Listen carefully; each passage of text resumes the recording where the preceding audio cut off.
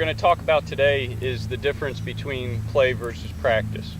There's a big difference between going out on the golf course and playing versus what we do here on the practice range. What I see the most is that we don't apply enough pressure to ourselves here down when we're practicing on the range as we would on the golf course. One example would be when you go down to the putting green and you take a few putts, you drop a few golf balls down, you putt to a few holes, you never really look at your line, you never really get behind the ball and line it up.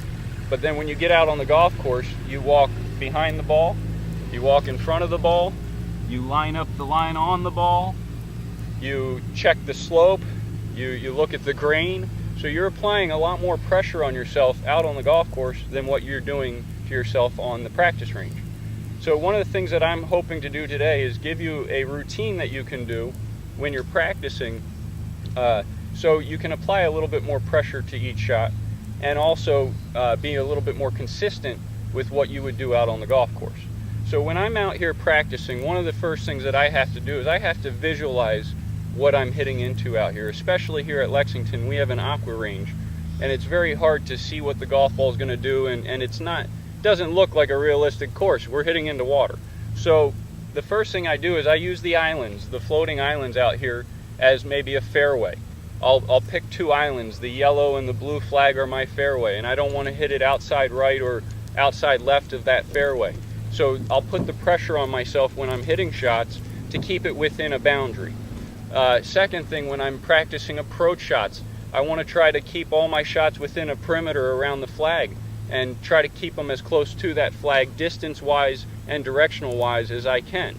But one of the things that I do on the golf course that I don't see a lot of players doing when they're practicing is a pre-shot routine. And that's really where our focus is going to be today. If we can be consistent with what we do on the practice range to what we do on the course, we're not going to be as filled with as much nervousness and as much stress out there. So when I'm down here practicing, like I said, I try to make a course out on the range. I try to visualize it in my head, a fairway, a bunker, out of bounds. I might even sometimes play holes that I can recall in my head, like number 1 here at Lexington. My drive, I don't want to hit to the right because there's out of bounds. If I go too far left, I'm in the water. So I will actually play that hole. But what I'm doing before I hit every shot is I get behind the golf ball and I try to visualize where I want that golf ball to go. And I'm drawing a line from the golf ball to my target. I have a yellow stick down here to give you more of a visual aid. When I practice, I make sure I use that stick all the time. Why? Because I want to be consistently setting up the same way. So my pre-shot routine will help me make sure that I'm consistent with that setup and I'm doing it the same way each time. So I start by getting behind the golf ball and visualizing my target line. The second thing I'm going to do is I'm going to focus up on my alignment of my body, my feet, my hips, and my shoulders.